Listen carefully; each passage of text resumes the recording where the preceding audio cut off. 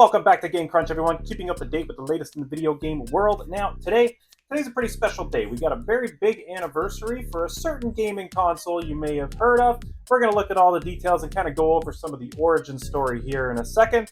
And on top of that, we're going to look at this recent interview with the Sony co-CEO and his thoughts on how they're going to use AI going forward and if they think it's actually going to be a useful tool or not. And then I'll give you my thoughts on what I think is going to happen with AI. So stay tuned for that in a second. But of course, if you're new to the channel, welcome. Consider hitting the subscribe button if you'd like to stay up to date with the latest in the video game world. Hit the like button if you find this information helpful. And let's just get right into it. So let's just kick things off because today marks the 30th anniversary for PlayStation and its first console. The PlayStation story began with a betrayal. In 1991, Sony was developing a CD add-on for Nintendo Super Nintendo, but during CES that year, Nintendo publicly announced a surprise partnership with rival Philips, humiliating Sony. Instead of backing down, Sony doubled down.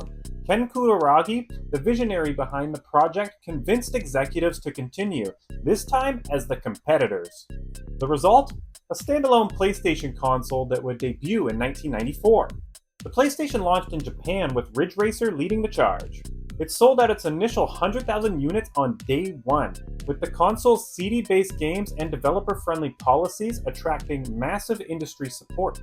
At E3 1995, Sony solidified its dominance. Sega had announced its Saturn console for $399. In response, Sony's Steve Race walked on stage, said one word, $299, and walked right off.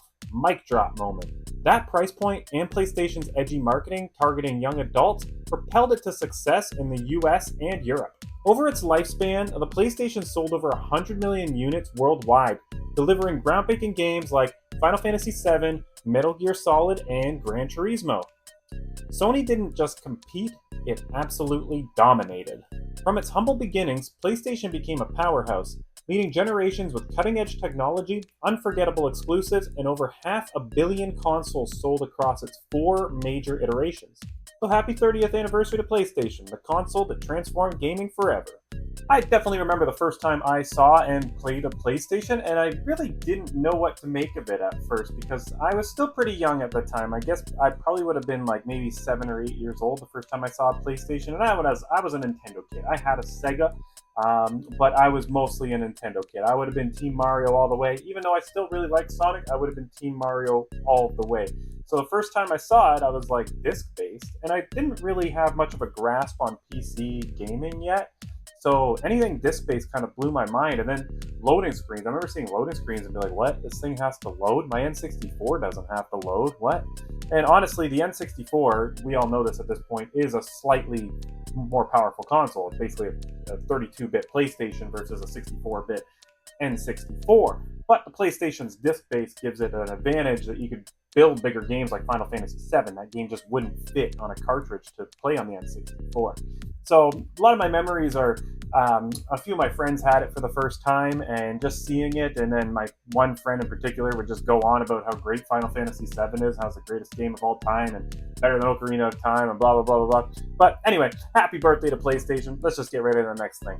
So as PlayStation celebrates its 30 years, they're looking into the future of gaming. Co-CEO Herman Holst recently shared his thoughts on the impact of artificial intelligence in gaming. Holst believes AI has the potential to revolutionize the industry, allowing for both groundbreaking innovation and maintaining the handcrafted creativity that players love. Herman says, quote, striking the right balance between leveraging AI and preserving the human touch will be crucial. According to Unity's recent survey, 62% of game studios already use AI for prototyping, asset creation, and world building.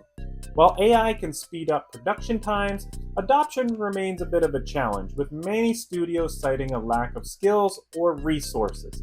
38% of studios said they were reluctant to start using AI.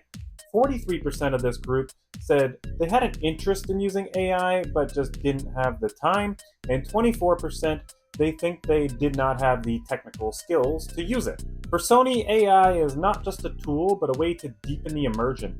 Imagine games where NPCs learn and adapt to your choices in real time, or worlds that dynamically evolve as you play. The future of PlayStation lies in balancing the cutting-edge AI with the creative storytelling that has defined its legacy. As gaming evolves, one thing is pretty certain: PlayStation is ready to lead the charge. So, in my opinion, I think AI is going to become very rapidly crucial in gaming development because look at what we're doing right now and how long some of these games are taking to make. We're constantly seeing these games that are taking 10 years of development time before they finally come out. And I think we're going to see it sooner rather than later. AI is one of these things that's going to really accelerate, and we've kind of seen it like year after year. I remember having a conversation with my friends about this where like 2021 was just like funny, dumb pictures. 2022, we started to get like, okay, these pictures are getting a little serious. 2023, we're starting to get like music and like basic video. 2024, we're getting more advanced video and like full-blown actual songs that are like actually pretty good. And the way it's just going to accelerate, so just imagine what it could do, that you could have characters in real time adapt to what you're doing in the story. I think they're going to have a baseline of, this is the direction that the AI has to go, like in a story, like you have to take the character down, let's say this alleyway or whatever.